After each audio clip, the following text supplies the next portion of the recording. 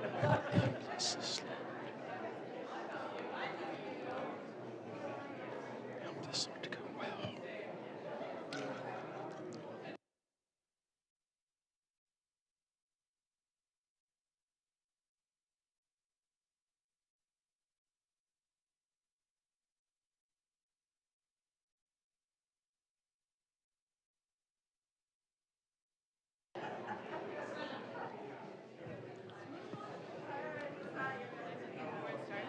Huh? Can I hug you before it starts? Of course, honey. Thank you.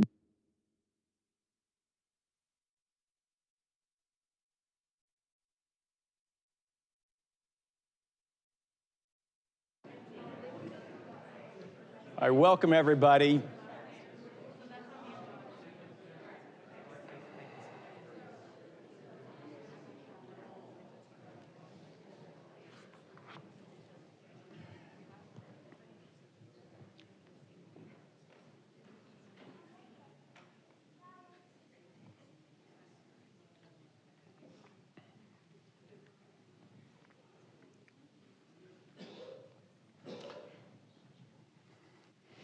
So I want to welcome everybody and thank each and every one of you for coming. You each have a special place in my or Donna's life, and I appreciate you taking the time today to be able to be with us. And also, there's a lot of people around the country that are watching via live stream, East Coast, all over the place. I cannot emphasize enough what it means for you to be here, to be with family. I have to take just a second to thank my family that they have been amazing and wonderful through this. We have supported each other with a love that is very rare. And for all the work, they put many, many, many hours in to be able to put up those displays. And so please, if you have some time afterwards to take a look and soak it in. And then afterwards, we will be having a reception with Jackie's mother, Carol, who is catering. And we have more than enough Madonna Inn cake to feed you and your relatives and your neighbors.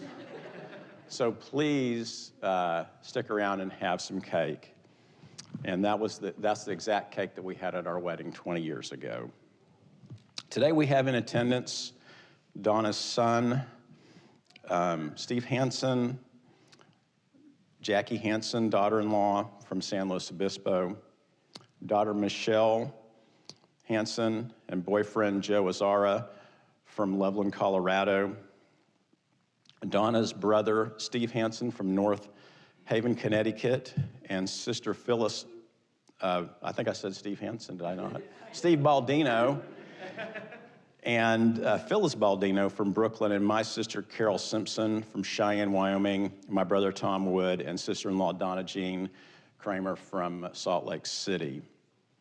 I also want to thank all those of you who chose and were able to donate to what turned out to be more than cover all the expenses for the mortuary, for the cemetery, for this service and reception. And lastly, I want to thank Calvary Chapel here.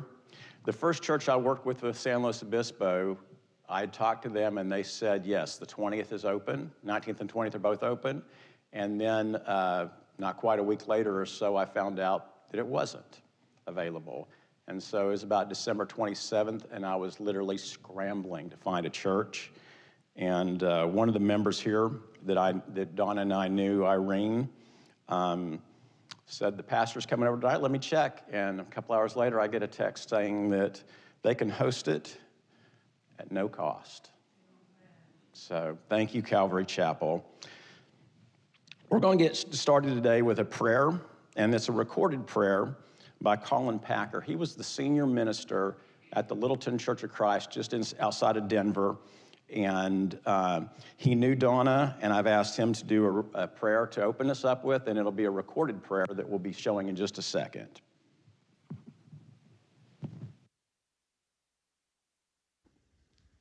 My name is Colin Packer, and John asked me to provide an opportunity to pray during this funeral service, and so I'm honored to be able to do that as we get together to remember the life of Donna Wood. I was the minister at the Littleton Church of Christ near Denver, Colorado, when John and Donna lived there and attended our church, and I just think the world of John and Donna. They were tremendous church members, had a heart for ministry. And one particular memory about Donna that I have is about a ministry we started while I was there called Life Lessons. And Life Lessons was an opportunity to connect with people at the worst moments of their lives, dealing with some of the greatest trauma and grief and challenge, to bring experts to bring advice in those moments, just to give a space for people to feel safe and to process what they've been through. And I think that's emblematic of who Donna was.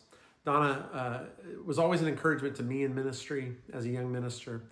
And I saw that in the way she ministered in this way. This was her idea that she brought to our church. And that's tremendous when you have church members that care deeply and provide ways of healing for others. And so in this moment of challenge and grief that you as the Wood family and friends are dealing with in the loss of Donna, my wife and I send our prayers to you in this season. And right now I want to lead us in a prayer as we begin this service honoring the life of Donna Wood. God, we give you thanks for this day and this time. It's a challenge to be together, and yet it's a joy to be together. And that's the mix in this moment, is that funerals are a time of joy and sorrow where they meet.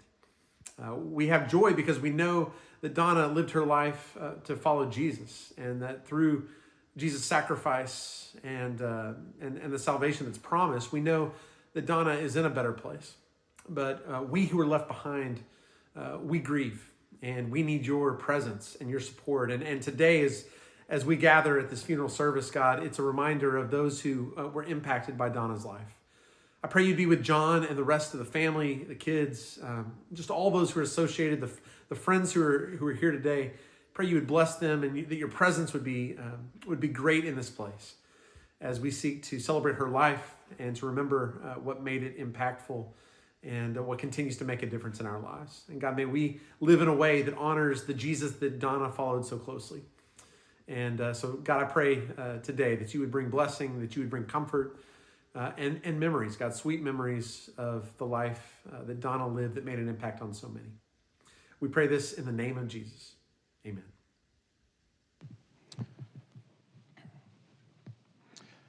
Donna Marie Baldino was born on April 22nd, 1953 in New Haven, Connecticut.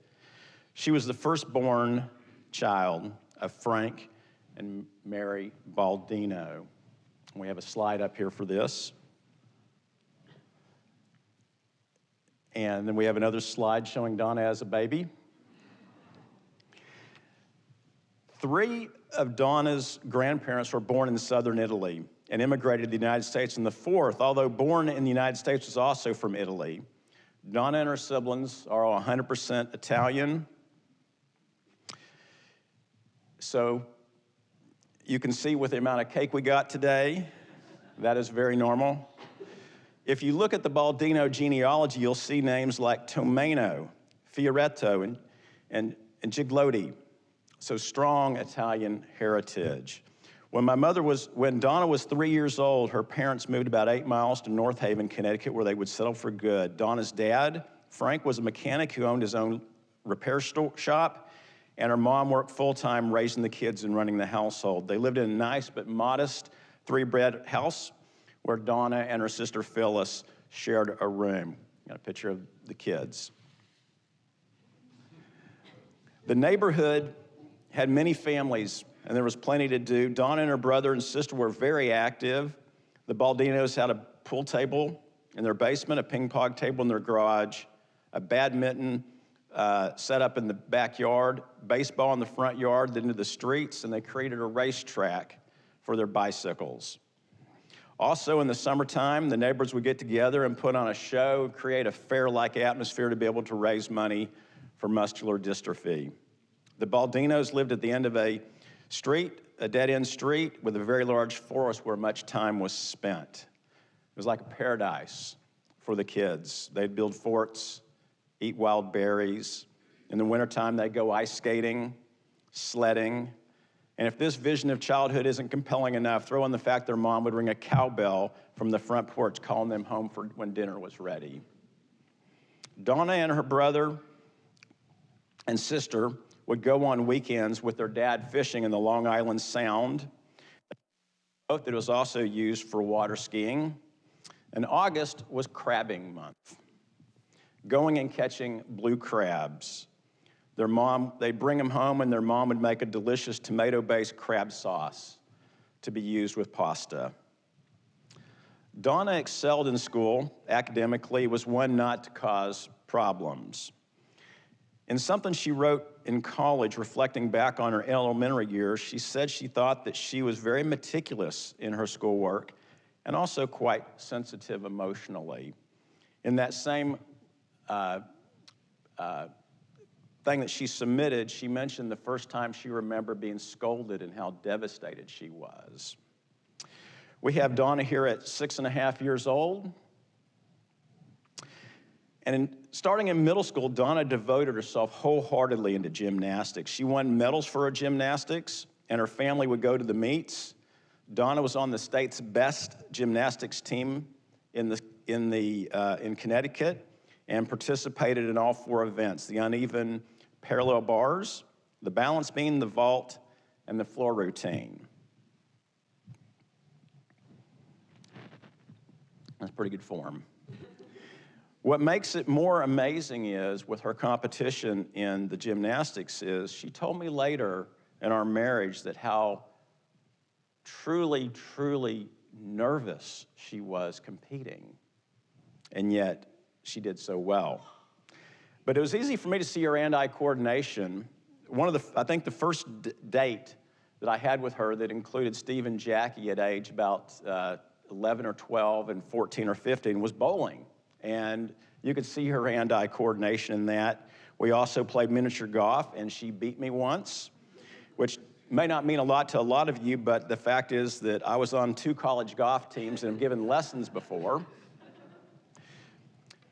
Donna's strong academics continued through high school, and her results in standardized testing landed her on a list of select others around the state.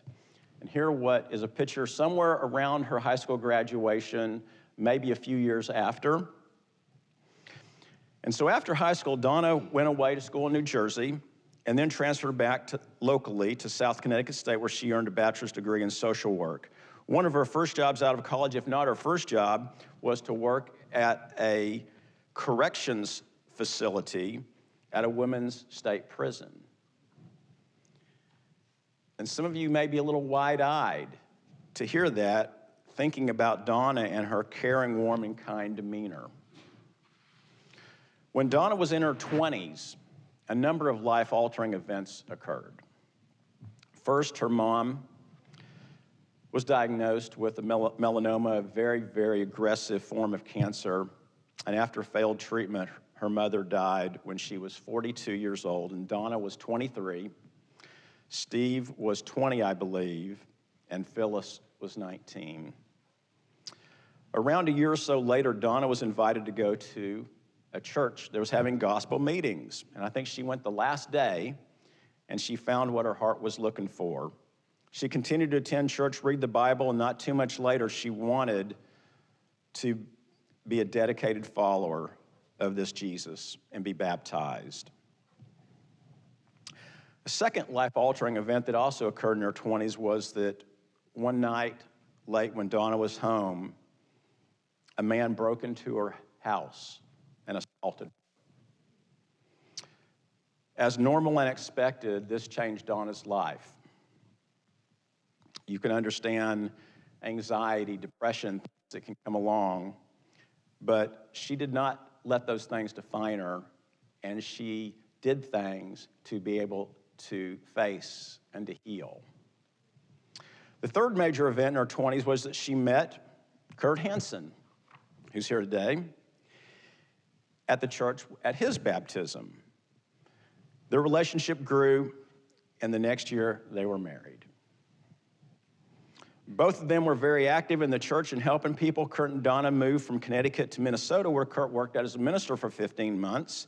Then they moved to Oceanside, California, where Kurt went back to work in his expertise of nuclear power. And after a couple years down in Oceanside, Kurt and Donna moved here to San Luis Obispo to be able for Kurt to work at the Diablo nuclear plant. In each location, Donna was very involved in the church, teaching children, visiting people, encouraging, and many other caring and beautiful actions. During this time, Donna was unable to conceive.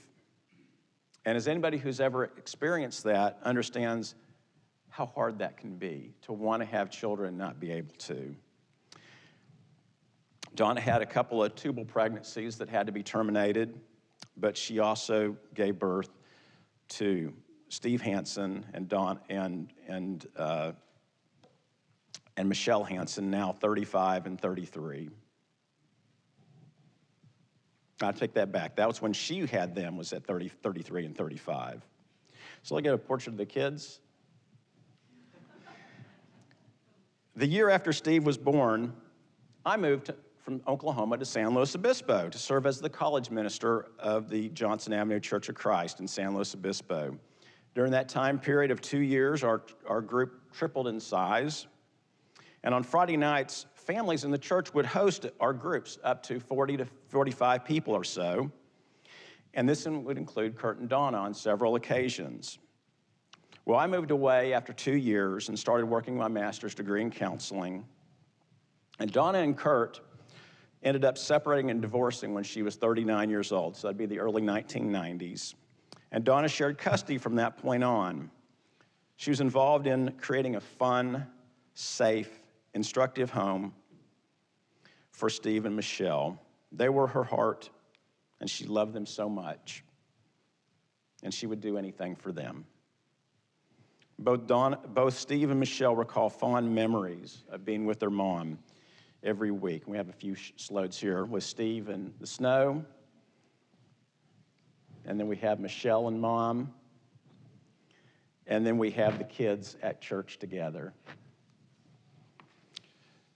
Kurt was the first one to get remarried, and Terry, his wife, loved Steve and Michelle and was instrumental in raising them. And I want to take this opportunity to thank, for Donna and I both, to thank you, Kurt, and thank you, Terry, for all that you did and all that you still do for the kids, including watching Delia and Ellis, and especially this week when time's called for it. Thank you.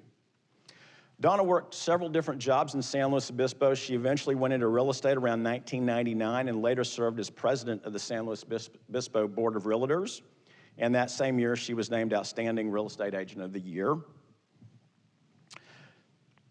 Shortly after she got into real estate, I was working at Oklahoma Christian University serving as the Dean of Students, and I got an email from a certain realtor. And that started a relationship that 3 years later ended up in Donna and I getting married. I was 40 years old and never married, and now I have a wife and 2 stepchildren who are teenagers.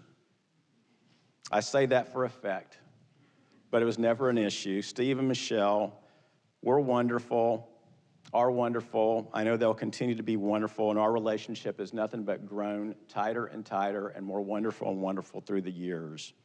Here we have some pictures of the wedding. She was beautiful, wasn't she?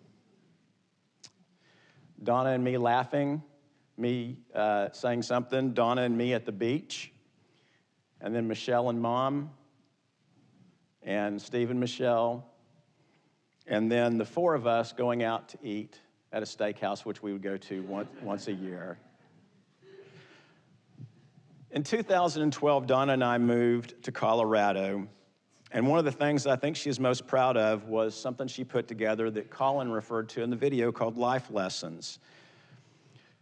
This was an idea where people could come share their difficult experiences, things that maybe aren't normally really talked about that much, even in church, and have people come to it that would grow and listen to it as well. The first one was on divorce, and the last one was on those who've experienced assault or abuse. It was tremendously powerful for the audience and also for the members sharing. It was a place of healing. It was a place where people could learn, what do you do? What do you don't do? What do you say? What do you don't say to support people, and how to be a helpful friend? It also brought together people to learn how to better understand each other and to learn how to love each other better. I'm very proud of her for what she did with that. We moved a few years later to Southern California, and we were down there. Donna and I both started working at Pepperdine. In 2018, in Thousand Oaks, there was a mass shooting that you may remember at the Borderline Bar and Grill that killed many people. And one of them was a Pepperdine student by the name of Elena Housley. And Donna decided she wanted to make some personalized pillows for them to have something to hold, and each of her suite mates. So she got together the Conejo Valley Guild of Quilters, and they made about a dozen pillows to give to them. And there's a picture of that on the outside.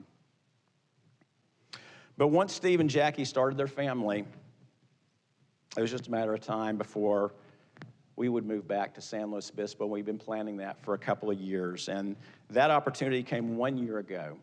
In early January, Donna was hired as a property manager at Farrell Smith Real Estate in San Luis Obispo, and I moved in May about 5 months later, and we were thrilled to be only 12 minutes from the granddaughters.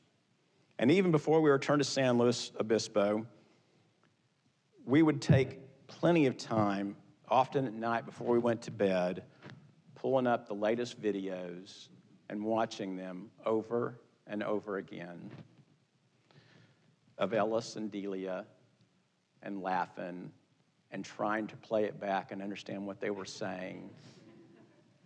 So here's some pictures with Donna holding Delia. Another one reading to Delia.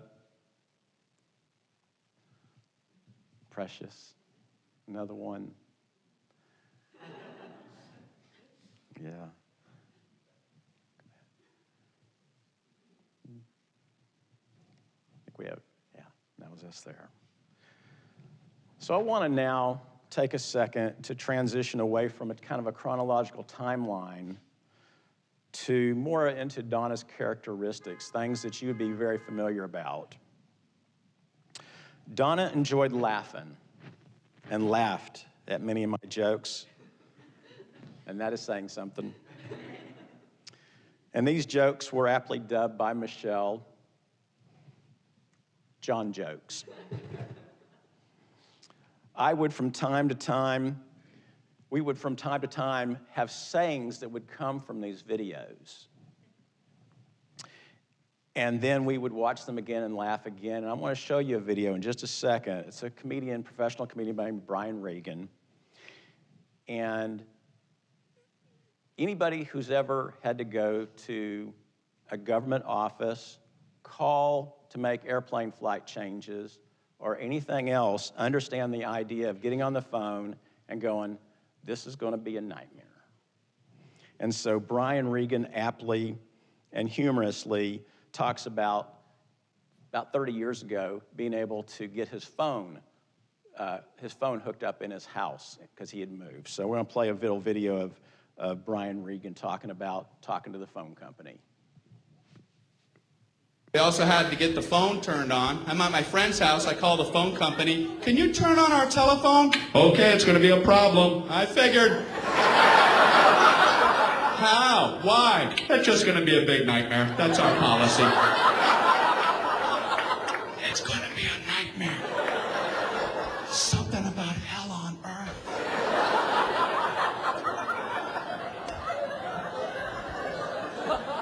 It's different than I thought. I didn't know how it worked, so I asked him, how does that work? Do we have to wait in our home for a few days for the phone people to come out?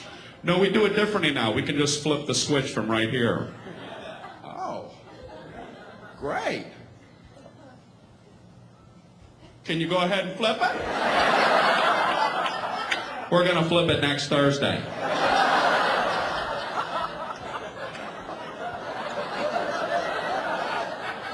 Can you flip it right now? We're going to flip it Thursday, late, or Friday, or sometime in November. Can you see it from where you're at? Can I come down and flip it? What do I know? I guess there's only one flip switch and he has a lot to get to.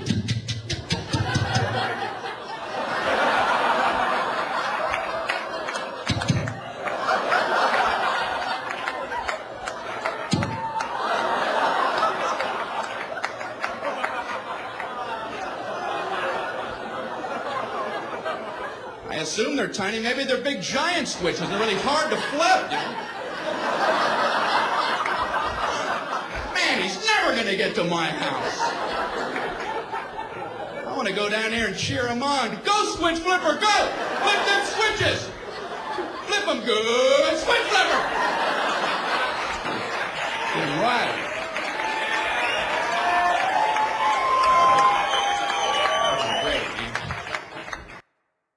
So there gives you an idea of some of the things that Donna and I would do. Donna loved to keep her eyes out for small gifts to buy for family members while she was out, especially the grandkids.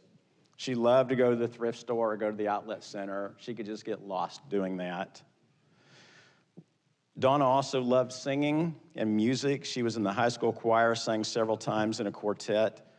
She participated in the praise and worship team in church in Denver, and also sang on the stage at the Pepperdine Lectureships, which was in front of a few thousand people.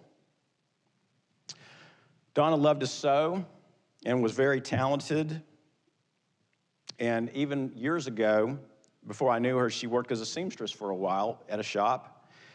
And you see the things that she made back there on the table. And one of the things that is also out there but up here is that Donna would make Halloween costumes every year for the kids, and even when they got a little bit older. So here's a couple of Michelle that she did.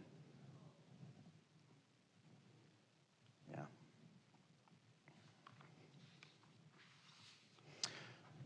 Donna had a strong faith. She had a faith that Jesus' life, death, burial, and 3 days later, his actual resurrection were historical events. She very much looked forward to the day when Jesus would return and would establish a new creation here, where there would be no more pain, no more ugly behavior, no more hurtful behavior, and no more anguish that this world experiences. One time, an expert in the Jewish law came to Jesus and said, "Which commandment in the law is the greatest?" And Jesus replied, "Love the Lord your God with all your heart, with all your soul, and with all your mind. This is the first and greatest commandment, and the second one is like it. Love your neighbor as yourself." And putting these two together, Jesus made them inseparable components.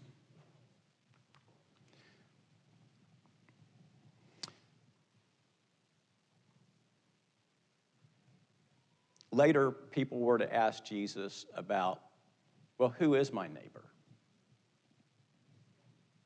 And he, in his way, would tell a story to say, basically, everyone is your neighbor.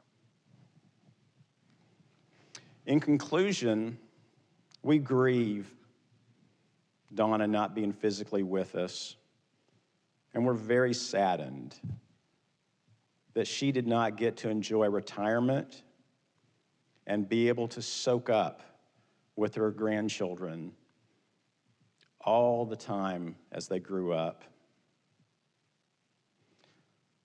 To be able to sew, to be able to quilt, to make things for other people, to worship God, to read the Bible, to read books related to more accurately understand the biblical text, and just to be an overall learner of life.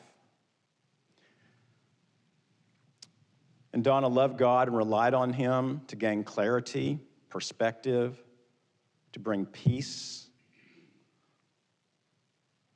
things got frustrated, to empower her, to strengthen her, to help her to be able to bless others. And she loved people, and you know that because you experienced it. And I've seen it posted again and again on my Facebook page, and how meaningful those were to me. Her children were her heart, and her grandchildren put the sparkle in her eye. Let me say that again if you don't take much else away from this. Her children were her heart, and her grandchildren always put a sparkle in her eyes. And in return, she was loved, and she was liked by those who knew her. I've picked out a song to be able to close. The words and the music, I think she would like, and it features a children's choir, and I think she would like that. And then after we get done with this portion, after the video, we're going to have some family sharing time, families who want to share. And due to this being maybe a little longer, I want to be able to, instead of passing the mic around for everybody to share, I want you guys to be able to share, though, in the reception area back there while you're having all the cake, and to share with each other, but also if you would try to find a family member, any of us, and to share a story that you want, if you feel like you want to share a story, and then we will pass that along to each other. So thank you for understanding that. And like I said, after we get done, we will have finger foods, refreshments, and cake, and we'll have a closing prayer by Irene Winiger. But now I'm going to present to you the video called Give Me Jesus by Fernando Ortega.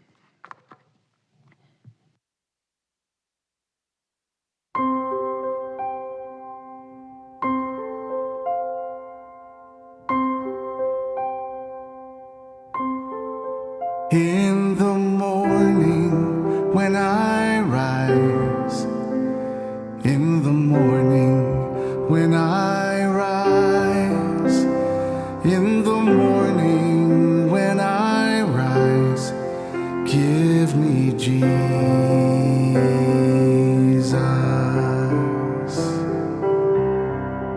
Give me Jesus. Give me Jesus. You can have all this world, but give me Jesus.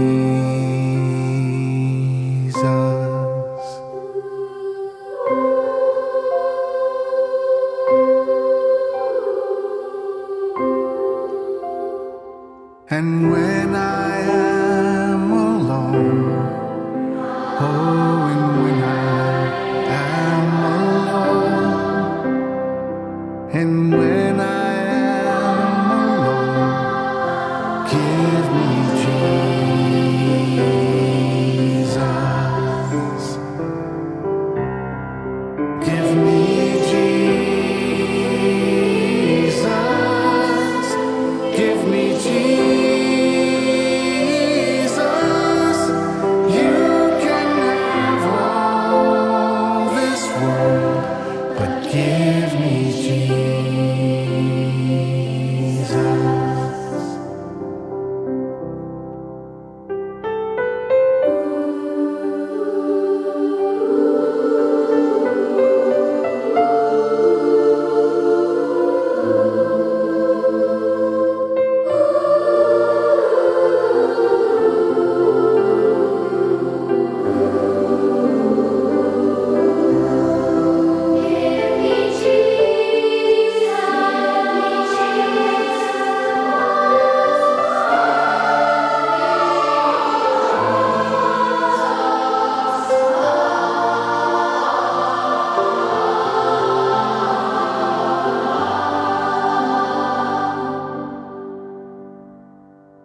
And when I come to die, oh, and when I come to die, and when I come to die, give give me Jesus.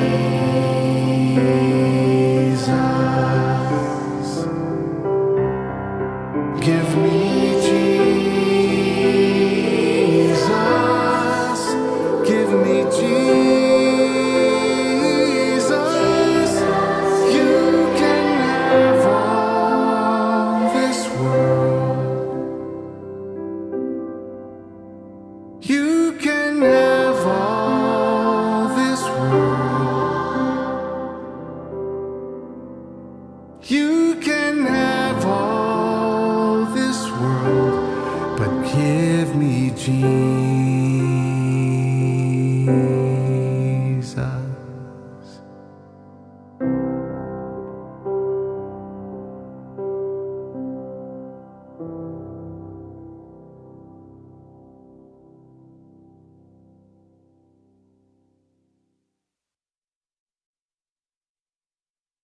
Down to have a microphone, and if any of the family members would like to share something with everybody, feel free to. Obviously, there's no requirement to do so.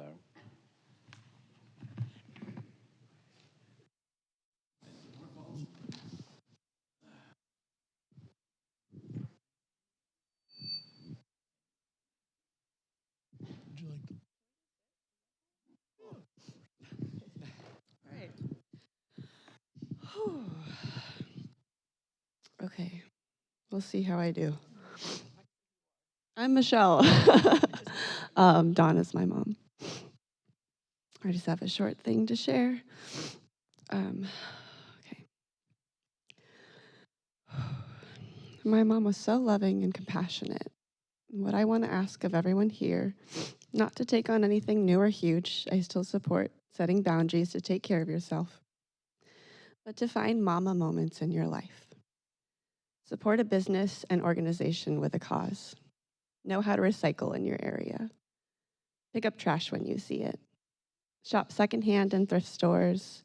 Sing harmonies to songs on the radio. Wear things that make you happy. Tell the story behind a gift you give someone. Find excitement in the little things. Ask someone a little more about themselves. Create space for others to come as they are. Go for a walk when you're feeling fussy. Cry about it, laugh about it, write about it, talk about it. Find a moment to be a little more loving or compassionate, a little more optimistic, a little more understanding. I don't want there to be less love and understanding in the world because we lost a loving and understanding person. Empathy is not a finite resource. My mom is not physically around anymore, and so I do believe it's up to us who loved her to take that love and not keep it to ourselves.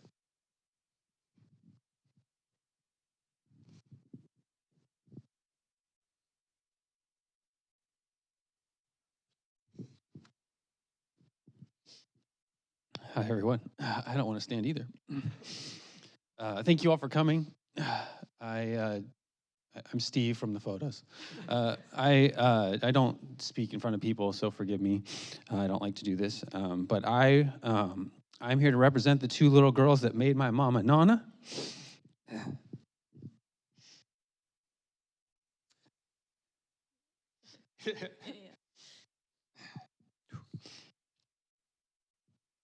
Ellis just had a birthday last week. She's 4. She had 4 years with her Nana, long distance for 3. And Delia is 1.5 and got the best year of Nana. My girls are spoiled to have 6 grandparents who love them and live in town. And both of my girls adore their Nana and their John Pa very much. John Pa. When you come to my house, when you come to our house, most people come in through the garage, so floor below the kitchen. And so we hear the door open and close before we see anyone. And my wife and I, we look at the girls, who's here? And for the full year that my mom was here, it was always Nana before we saw anybody. Nana! They were happy with everybody who came, but it was always Nana. Ellis is a lot, and she has a lot of energy. And while Nana wasn't running around with her, Ellis and Nana had their middle ground. Ellis would find time to plop down with a book or while building Duplos, and they would spend a lot of time outside doing chalk drawings. With Delia, my mom, she once told me that their bond was different. She said it with a very big smile on her face. I think Delia was more Nana's speed. Delia would find Nana's lap. She would find it. One thing that Delia would do is she would chant Nana's name, hoping to look at photos or video chat with her. And it was always the best when we'd video with Nana. And after some chanting, she would come over. Selfishly, I think I can say that they are the reason that she came back to Slow.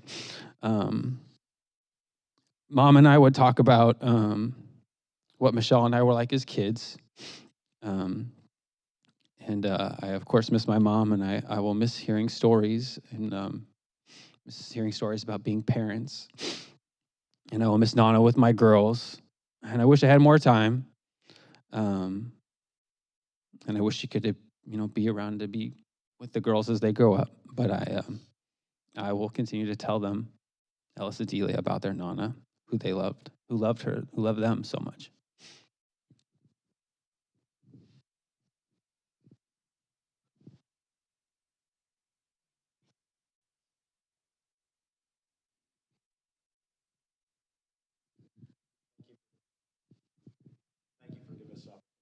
One quick story about the special bond Donna had with both the kids, but especially with the little one. So one day they're out on a chalk drawing, and I tell this story with such lovingness. And Delia is 16 months old, and so she's kind of learning to draw. She draws a straight line, and Steve says, "What's that?" And she goes, "Wawa, water." Great. And then she skipped down a little bit and drew another straight line. "What are you making now?" "Nana, Nana." "You're drawing Nana?" "Yeah." Anyway, thank you for participating. I'm going to ask Irene to come up and give a closing prayer, and then please take a look at the foyer. If you want to be outside, go outside. There's food, finger foods, and cake. Hi, guys. Thank you for being here. I just wanted to, I was looking back at my old journals that I've kept all these years, and I just wanted to read just this little blurb I have in there from summer of 2010. Started going to Bible study at John and Donna's house this summer. I look forward to it every week. Not because the studies are interesting or anything like that. I get it. Jesus is God and died for our sins, yada, yada, yada. This was before I was a Christian, guys. I don't get it. What I really love is the escape I get from the chaos at my house. The escape is everything. I just feel peace and joy flow through John and Donna. I've never known people like this. Oh, sorry. I kind of feel bad because mostly I don't pay attention to the Bible study. I'm just thanking God for them. They help me more than they know. I look at them and think, yeah, they're the real deal. That's what joy is. That's what love is. I really want that. You guys could pray with me. Oh. Lord, thank you for Donna and the love that she shared with everyone here. Your love and your grace were her life songs, and she sang that chorus in such a beautiful, genuine way. Her presence was truly a comfort to all of us. And the memory of her sweet joy will continue to sting us with grief.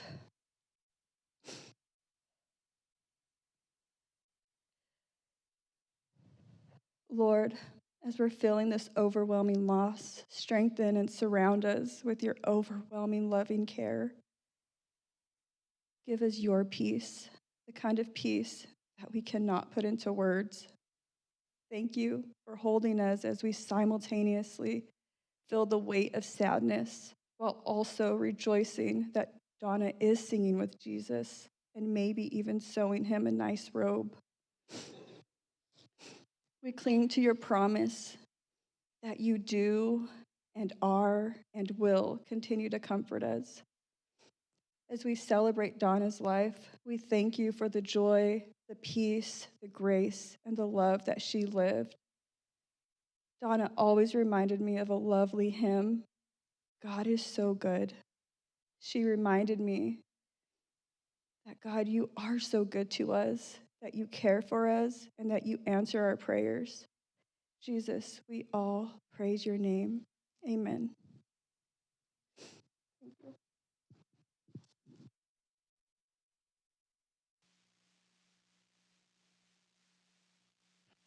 Thank you, guys. Thank you so very much. You're dismissed.